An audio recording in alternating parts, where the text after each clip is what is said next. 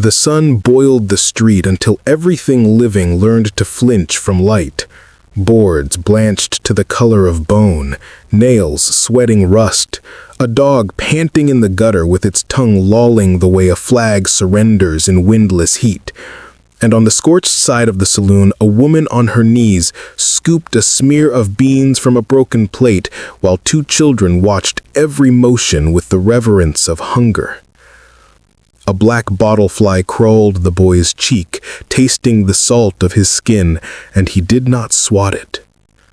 Across the alley, crows lined the ridge of a collapsed roof like undertakers at recess, one eye bright to the world, one eye to the dead. The rubbish barrel leaned and wheezed out the sour perfume of last night's whiskey and yesterday's stew, and somewhere behind the sun's white scream, a bell clanged noon, as if to name the hour of shame out loud. Before we begin this journey, lean close and hear me plain as church iron. Before we begin this journey, subscribe to what your own heart knows is right. Hitch your attention to this wagon and don't let go. Because out here, the wind writes and erases the same story every day, and you'll want to see where this one runs before night takes the road. Nora's hair was knotted with a strip of muslin that had once been a sleeve. The knot had the tidy mercy of a nurse's hand and the desperation of a tourniquet. She had done everything slow for months so the children wouldn't scare. Slow with the pond wedding band, slow with the last potatoes, slow with the decisions that make a person. But slow hunger grows teeth, and teeth make quick work.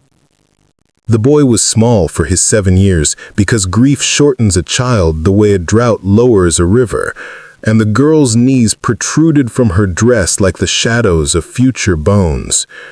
Around them, the town conducted its business of not looking. Men unloaded sacks of flour without glancing at the barrel.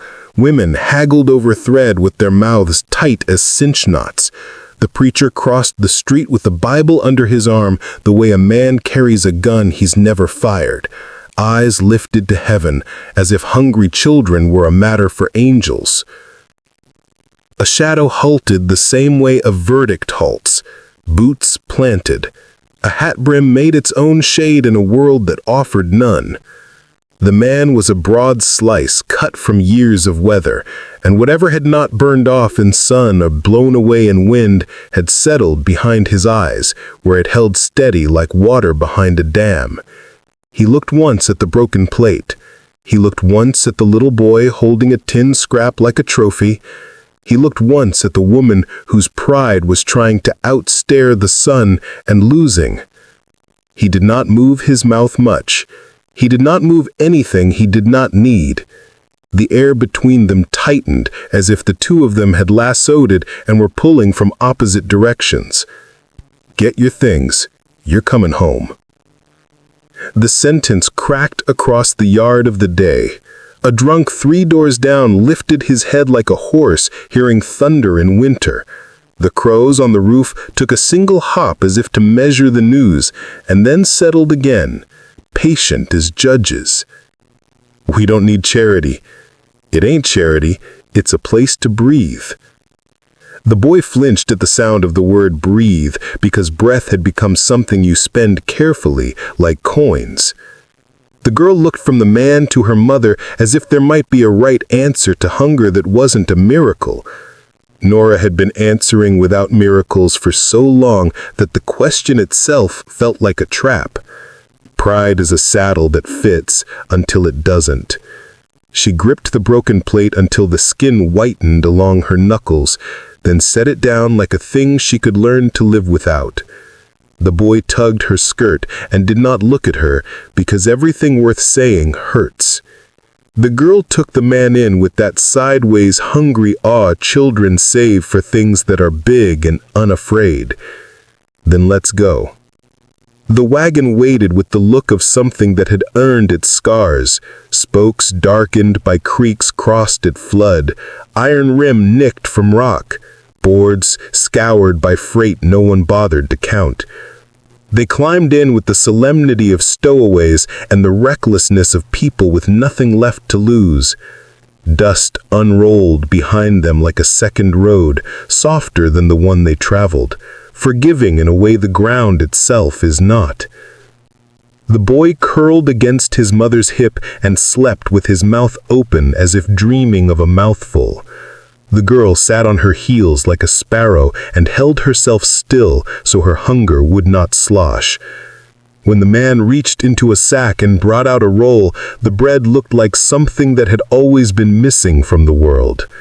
Nora watched her daughter break it with both hands and offer half to the sleeper without waking him. And for a heartbeat, the heat backed off and the sky threw a little blue from somewhere it had been keeping. He drove the team with the affection of a quiet father and the authority of weather. The reins lived in his hands like old truths. Fences unspooled to their right and mesquite to their left, a green made of stubbornness. Far off, a windmill turned as though it were a clock for distance. The man's eyes went there not because he needed to, but because people look where they are going even when they aren't sure why. Nora kept herself tight and small, the way a person does in a doctor's office when the doctor is kind. The wagon rocked their worries into the kind of rhythm that turns suspicion into something a body can hum to. Still, nothing in her loosened. The world that morning had been measured by what other people left on plates. This new world arrived while she was still doing sums in the old one. The ranch rose out of the heat like a promise someone had been working on for years. The house was 2 rooms and a porch with a bench that outlasted 3 sets of hair on the dog that no longer slept beneath it. The barn was the color of storms, with a door that rolled back like a low thunder. There was a coop that made its own morning chatter. There was a line where Wash had once snapped itself into thinking it might be flags. A windmill stood over a shallow tank and spun out the music of thirst solved in small circulations. Cattle grazed with the posture of creatures who do not know tomorrow. The place felt both empty and occupied, as a church does on a weekday. Stepping down from the wagon, the girl threw her arms wide as if to measure the yard. The boy leaned his wet mouth against the man's shirt when he lifted him without asking permission. Nora walked as if the earth might give way beneath each step. Inside, the kitchen was a jaw made to chew hard seasons. Stove squat and black, shelves honest, table worn by elbows and histories. There was dust in corners, but not neglect. There was a clean smell under the dust, like a memory of rain. Nora listened to the silence of a room that had been waiting, then moved as if someone had wound her. Water into pot, beans sorted by hand, flour measured by wanting, fire coaxed, heat gentled. There is a kind of cooking that is not about food, but about proving to a house you are not a stranger. She set plates. She did not look up to see if the man was watching. Nights in the country are made of different black than town nights. The dark is honest and complete until the stars decide to salt it. The first night, the children fell asleep with their mouths glossy from something more than hope, and Nora sat by the window where the desert sang a low song about distances that had been walked without complaint. She traced the scar on the table with the pad of her finger, a straight cut, then a sudden hook. She wondered about the man and what tool had made that mark.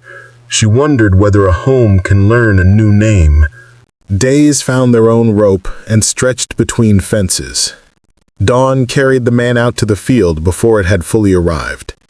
He returned in a hush that smelled of mesquite and sweat, a hush that had the weight of how you answer to yourself. Nora scrubbed, sewed, mended. A hem loosened by grief is no more forgiving than one loosened by use. Each stitch was a decision to live another hour. The girl learned the barn cat's silence and the shape of horse teeth, and brought daisies in a chipped jar as if reckless beauty could be stapled to the day. The boy learned the flock's indignant scatter and the language of rooster pride and the place where the windmill spilled cold on your wrists.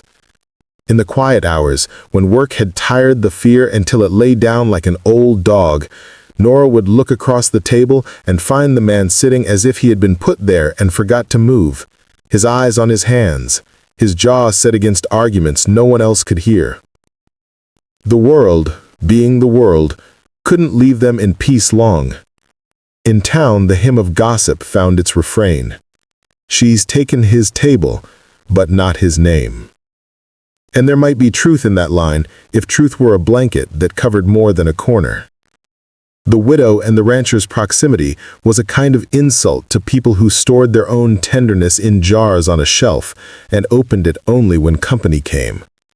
A neighbor woman appeared one evening, sharp as a thorn, voice pitched to float through thin walls, concern painted into a smile thin enough to flake. Her visit ended with a door closed like a period. Nora's face burned with a heat the sun had not invented. That night, she packed a bundle, not because she wanted to go, but because leaving felt like the last honest thing a proud person could do. The children slept with their limbs flung as if claiming the air. She stood on the porch, the bundle heavy as remorse. The man found her there, and whatever he said made the bundle light enough to put down. The rain came with a hiss and a fist on the roof, as if the sky had been listening and decided to intervene. The storm's gray made the world smaller and safer and more dangerous all at once. Lamps threw islands of amber in rooms that had been spare with light. Thunder pressed the windows into the house and then let them spring back. The children woke in the middle of the night with the cry humans make when the heavens announce themselves. Nora drew them in, one under each arm, rocking the trio like a boat, until even the storm admitted its limits. The man moved through the house with a lamp and a certainty, checking shutters, finding leaks, laying a towel where rain insisted on writing its name. In that brief lightning-lit hour, the room held more than bodies. It held a dare. Morning washed the world in clean gold. The desert had borrowed a green nobody remembered it knew. The windmill's blades still spun, but slower, as if catching its breath. Nora stepped out with a pail and found a line of prints near the far fence. Not cattle, not deer. Men. The prints angled across the arroyo and into the cedar brake with the mischief of people who think they have a right to everywhere. She carried the notice of it back into the kitchen and set it on the table with the bread. The man's eyes slid to the window, then to the rifle on the pegs, then back to the table. The boy reached for honey. The girl brushed a speck from her dress. The day went on as if trouble were just another item on the chore list, and sometimes it is. The prince had been a promise, and trouble, being a punctual guest, kept it. It arrived first as whispers. The rancher had a brother once, it went, younger and prettier, who couldn't stand fences. A brother with a hunger for coin that carried no dust and paid in admirations. A brother who ridden with men whose names were spoken with the caution of snakes. Folks said that brother died in a canyon standoff 4 summers past, the law looking for its due and finding instead a weapon that answered. Folks say many things. Truth is a brand that doesn't always take on the first try. At the general store, a man with a smile like a knife announced the size and shape of decency, and when the rancher folded his hands rather than fold his shame into a fist, the smile went dull. Nora watched the restraint and felt her own chest tighten with a mixture of guilt and gratitude she could not name. She thought about her husband in his pine box a year ago, his hands stiff as the last day of winter, the preacher pronouncing him gone, and the town nodding as though they had been consulted. Sorrow is hard labor that no one pays for. That night on the porch, the world held its breath. The rancher spoke into it as if telling a secret to the wind instead of to her. The wind kept it. She did too. Living is a series of small answers to big questions. The days settled their argument into habit. Nora found a beating rhythm in laundry and bread and repairs. The children collected odd marvels, a button smoothed by a creak to the shape of a moon, a feather the exact blue of a morning wished for, a nail twisted by lightning into a sculpture of bent certainty. They stacked their treasures on the windowsill and called the row of objects a museum. And the man nodded at the word, as if museums were something he believed in. On Sundays, he drove no team and moved no fence, and the three of them sat together longer at breakfast, as if time were a shy animal lured with crumbs. Spring shouldered up from the south with that weathered tenderness only seasons own. Calves tottered in the pasture with bellies round and with a foolish courage that makes life forgive itself again and again. Wildflowers rehearsed their brief argument against harshness along the road. The man's shirts thinned at the elbows, a fact Nora noticed and answered with a careful seam that laid new miles of thread across an old story. He watched the needle in her hand with a warmth that did not announce itself. In return, he found the hem she had let out twice in her one good dress and laid it with a smooth insistence in her chair, mended while she had dipped water at the tank. They traded repairs like diplomats in a small nation. The town's talk, having nothing better to do, sharpened itself. She's taken his table, but not his name. A decent man wouldn't. A decent woman would. The words frayed the air between them until both took to staying home more than was practical. It wasn't fear. It was a respect for the way stones collect in a sack until even a strong back notices. When a neighbor woman returned, she left quicker, and not because the conversation had gone well. After that, the rancher rode fence with a length of wire and a set of pliers that never failed him, and the rifle lay closer than before. Even so, he came back an evening like a man who knows where evening belongs. Sometimes, peace sneaks past the sentries and sets a table when no one is watching. On one of those evenings, the yard glowed that particular gold that makes even old wood think about trying again. The children sat with their feet not reaching the floor and told each other grand stories about little discoveries. The wind carried in a scent like lemons, though there were none for 100 miles. The world felt possible. The rancher stood on the grass with a hat in his hand that had shaped itself to his brow over years of needing shade. In the other hand, a ring, plain as truth. He knelt because some things demand a posture more than they demand words. He offered the ring into a future that might have refused him. Nora's eyes filled and then steadied, like a person steadies a lamp in a wind. Yes. The word changed nothing visible and everything else. After that, rooms seemed to reach for them when they entered. The bench on the porch found a new groove beneath their hips, a groove that admitted it had been waiting for the weight of two. The children kept watch in their way, not as sentries, but as keepers of an expanding perimeter of joy. There was a jar of flowers most days. There was a loaf cut thick. There was a shirt folded with the smell of soap and sun. There were hands that touched without petition and without promise, and in those touches, a vow stronger than courthouse papers. The twist began with a shadow that stretched the wrong way. It dragged itself along the arroyo like a wounded thing and pooled under the cedar brake. The cattle raised their heads in the late light and then lowered them again, because cattle measure the world by grass. The dog who had joined them, because every place collects a stray if it's worth collecting, stood and made no sound. The man moved to the porch and set his hand on the post. Nora felt something that was not wind pass through the kitchen. The boy dropped a spoon without noticing he had done it. The girl went to the window with an instinct like a thread pulled tight. 3 riders appeared with the care of people who preferred to be noticed late. The lead man sat his horse like a person born in a saddle and annoyed by the fact. He took off his hat and held it as if he were about to admit to something. His face, when the last of the sun gave it shape, was a paler echo of the man on the porch. The same jaw, less weathered. The same eyes, more used to choosing wrong. A brother returns, the wind might have written on the dirt if it had attended school.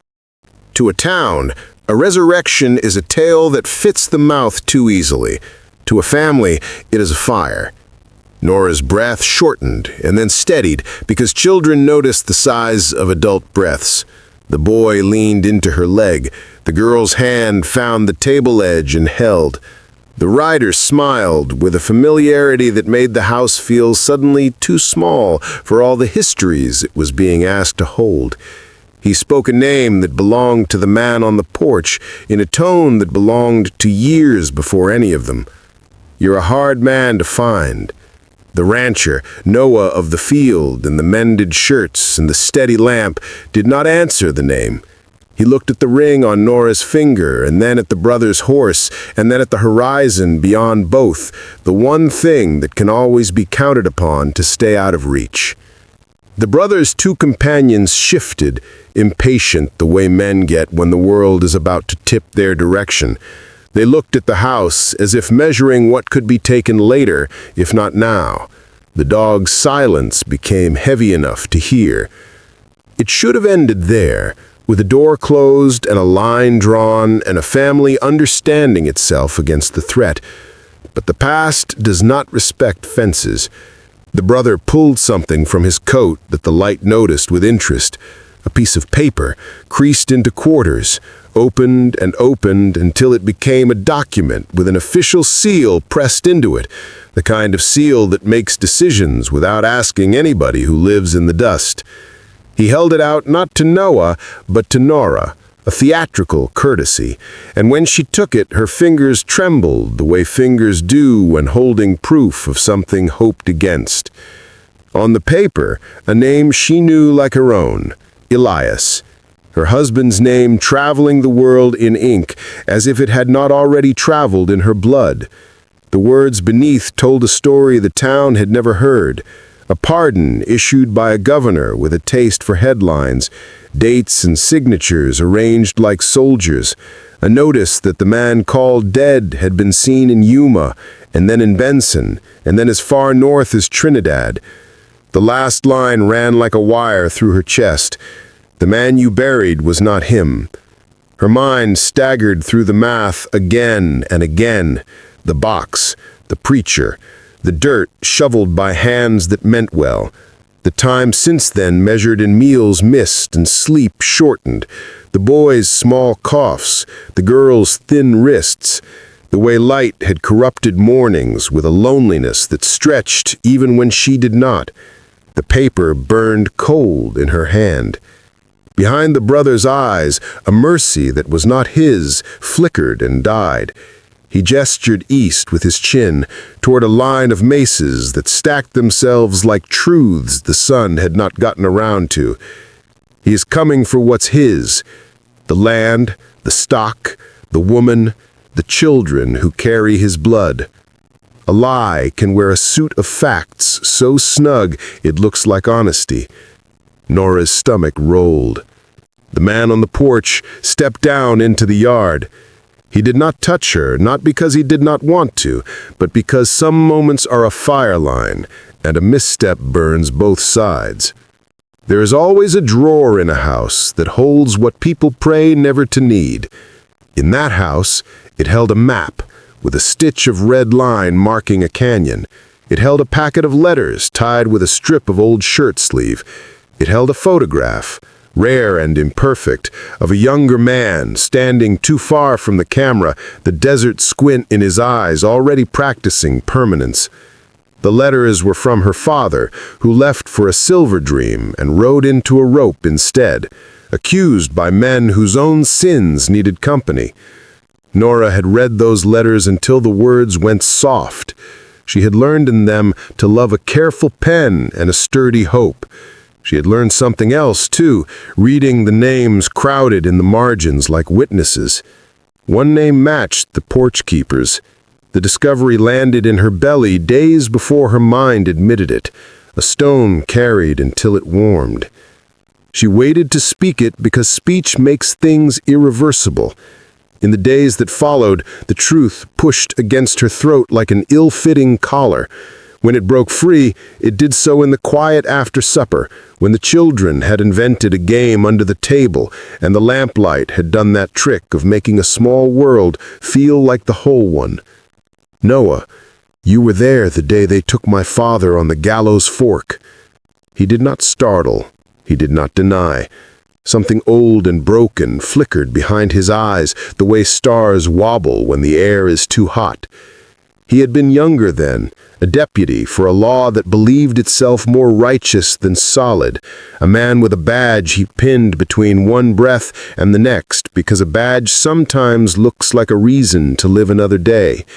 He had ridden with a posse that mistook rumor for fact and rope for justice. He had watched the trapdoor swallow and had not moved. He had paid for that day in years of work and years of silence and the kind of loneliness that lands even in a house with people. When he met Nora in that alley behind the saloon, he didn't think redemption. He thought breathing where breathing had been hard. Her father's eyes were gray, so were his. The resemblance in his own memory roped him every night. Nora sat very still with all of it in her lap. She looked at the ring. She looked at the children who had found a way to laugh. She looked at the man whose shame was as much a part of him as his hands. Forgiveness is not a switch a body flips. It is a wick that catches in different spots, smokes, threatens to gutter, then flares when you least expect it. The flare came when the girl climbed from beneath the table and leaned against Noah's leg without thinking. The child's certainty that this leg was safe was a vote cast in a small and sovereign election. Nora found herself counting those votes the next morning and the next. The tally never ended, but with each tally the numbers leaned.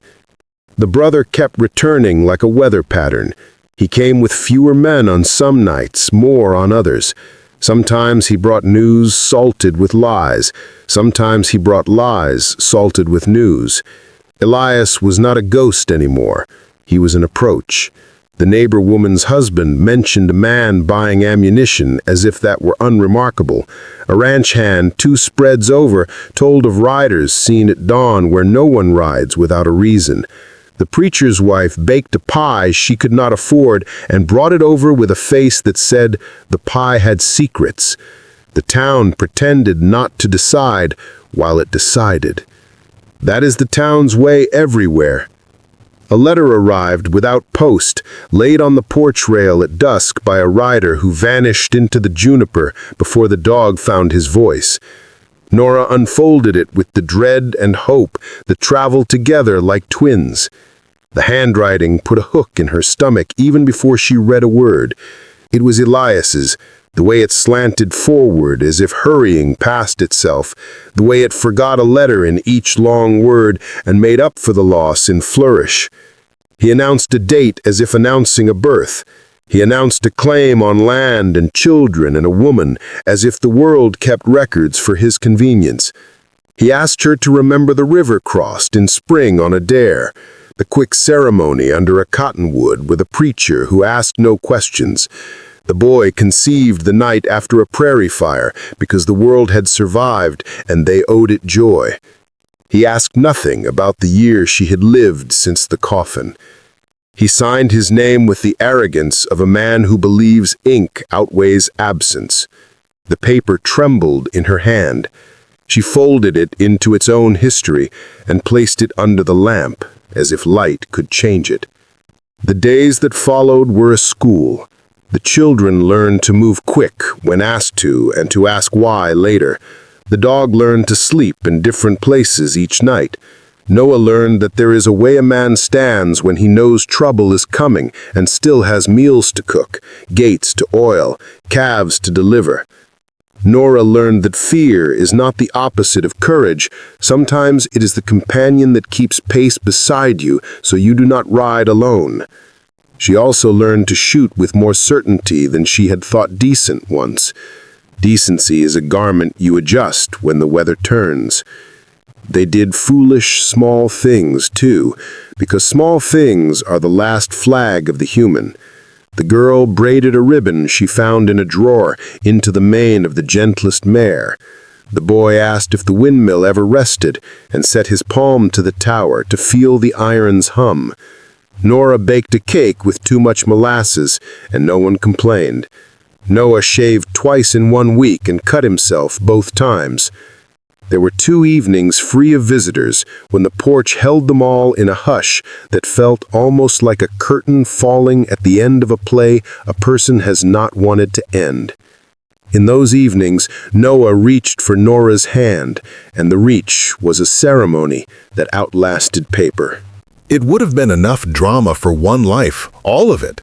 Even without the second twist, the world kept waiting for the last act. It came when the boy, playing where children should not play because that is where children play best, found a hollow behind the north stall, a pocket of wall pulped by time and covered by a board the color of forgetfulness. Behind the board lay a canvas sack. Inside the sack, coins.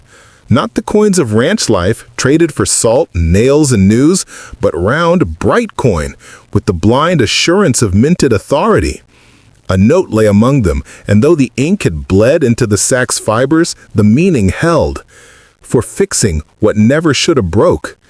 Initials below, familiar and not, a crooked E that could have been Elias, and could have been a man trying to be him. Nora stared at the coins as if they might confess. Noah stared as if they had already convicted him. The boy, who had no room for the weight of adult interpretation, held one and listened to the little bell sound it made when tapped against another. A sound like a tiny church announcing tiny mercies. The sack put a story inside their house that no one had invited in. If Noah had fixed something with money once, had he been trying to atone or to hide? If Elias had left the coin as an insult, as a way of saying the world could be made even by math, what did that make this home? If the brother had planted it to divide them, had the division already existed like a hairline crack? Nora placed the sack back in its hole with a deliberation that made the moment ceremonial. The boy watched her bury treasure like a pirate who believed in return. The girl asked if money can be good or bad by itself. Nora answered that money is a mirror, and people decide what it reflects. She did not know if that was truth or hope, and sometimes those resemble each other more than they should. On the morning appointed by the letter's arrogance, the day rose so clean it felt like the world was trying to start over. The wind laid the grass down and lifted it the way a hand smooths a child's hair before church. The dog found a scent and announced it with a sound that began low and climbed until even the chickens fell silent. Dust plumed from the east. Horses, 5, then 7, then 9. Men on them with bodies that had learned long ago to relax into motion and brains that had refused the lesson. Nora stood on the porch with the children just behind her knees, one hand on the post, the other on the rail where she had placed it during every thought worth having for months. Noah stood in the yard with his hat shaped to resolve, the rifle across his arm like a history. The brother rode in front, grinning because grins are armor, and armor is lighter than truth. Beside him, a man who had been dead for a year rode with a face both known and not, older than the coffin could account for, eyes like the sky when it is done with kindness. Elias dismounted in a swing that assumed the ground would hold him. He looked at Nora and the boy and the girl, and he looked at the house and the field and the future, as if inventories had merit over the pulse of a thing. He opened his hands and asked the world to give him back what he had not held. Behind him, his men watched the porch with the avid curiosity of crows. The brother looked sideways at Noah with that complicated braid of envy and pity only younger siblings who have grown unkind can manage. Noah's shoulders settled. The moment thickened the way air does before lightning chooses. A hush came down the yard, so tangible the windmill slowed out of respect.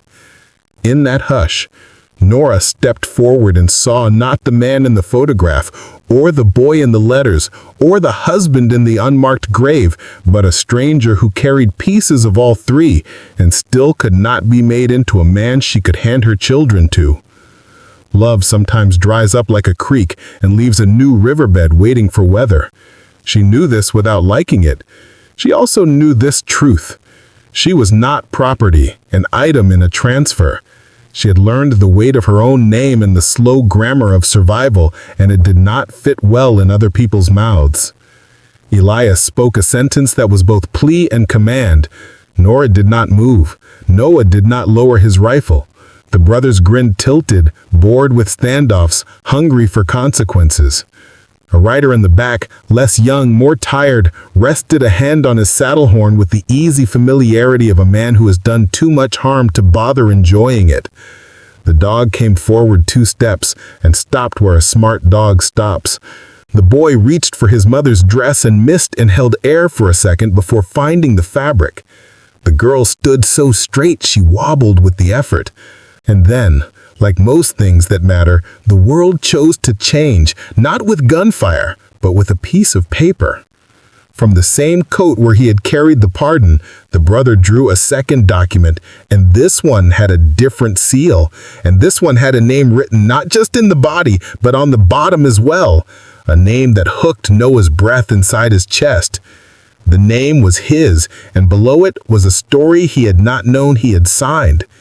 It said he had taken funds held in trust for the posse the year of the gallows fork, written in a hand that resembled his own if a person tilted it and squinted and wanted to be fooled. It said he had committed a theft to pay a widow of a man the posse had regretted hanging, and it named that widow, and it named her child, and it made a ledger out of their grief. It was dated the winter Elias supposedly died. It bore a signature that was a cousin to his handwriting, the kind of brother with too much time and familiarity might manufacture. The paper did not change the truth, but truth and paper seldom fight fair in public. The men behind Elias shifted as the accusation found its aim. The brother watched the line of Noah's jaw for the flinch a gambler counts on. Nora felt the porch tilt and then steady beneath her feet, because feet are loyal, even when minds are not. The children pressed close against her legs. The dog growled the kind of low that shakes a house, the kind of sound that makes coyotes decide on other directions. Noah kept his chin level. His eyes moved once, to the ring on Nora's hand, and returned to the paper, as if to say that rings and papers each make promises, and only one of them knows how to keep them in a storm. Far off, beyond all the horses and men and the hot breath of insult, thunder limbered up again, though the sky was blue. Some days the world likes to remind you that you are not the only thing happening. A hawk cut the air above them with a cry like a lawyer's laugh. Somewhere a cow bawled because grass had betrayed it by ending. The wind rolled the scent of rain ahead of anything wet. The windmill turned until it did not, and then began again, making no promise, keeping all the ones it could. Nora lifted her chin enough to make the gesture count as a choice. She placed a hand on the rail and felt the splinter there that had caught her last week. She looked at Elias and at the brother, and at Noah and at the paper and at the house where the beans had started to simmer for a meal none of them might eat. She found her voice where she kept her courage. If you came to take what you lost, you'll find I'm not a thing. If you came to collect a debt, you'll find we pay another coin here. If you came for blood, you'll need to decide whose. Elias stepped forward because stepping forward is the only move some men know. Noah shifted his weight because last stands are made of sensible adjustments. The brother opened his mouth to laugh something that would make him feel superior for a breath and then less for the next 10.